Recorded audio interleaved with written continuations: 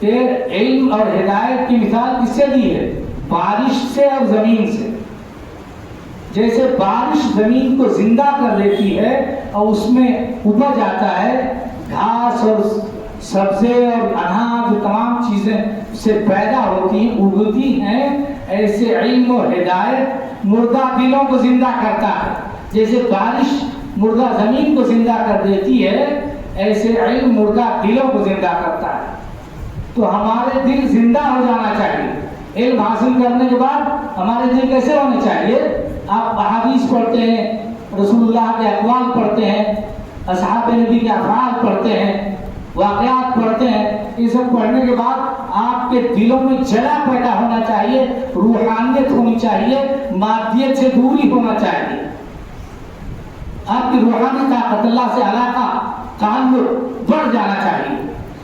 اس لیے جیسے جیسے آپ کا علم بڑھے، آپ اچھے ہوتے جائیں، نیک ہوتے جائیں، ایمان بڑھتا جائے، آپ کی صورت، آپ کی سیرت تبدیل ہو جائے. اس لیے یہ روایت آپ کو بتانا چاہتے ہیں کہ ہم میں وہ تبدیلی آ رہی ہے، ہم نے وہ تبدیلی اپنے اندر پیدا کرنی شروع کی ہے. وہ مقصد ہم حاصل کر رہے ہیں کہ نہیں؟ تو بارش ہوئی، اصاب ارض فکان منہا نقیۃ، بارش ایسی زمین کو پہنچی جو زمین صاف ستھری تھی. قبلت الماء، جس نے پانی جذب کر لیا. فانبتت الکلى، اور اس نے سبزہ اگایا.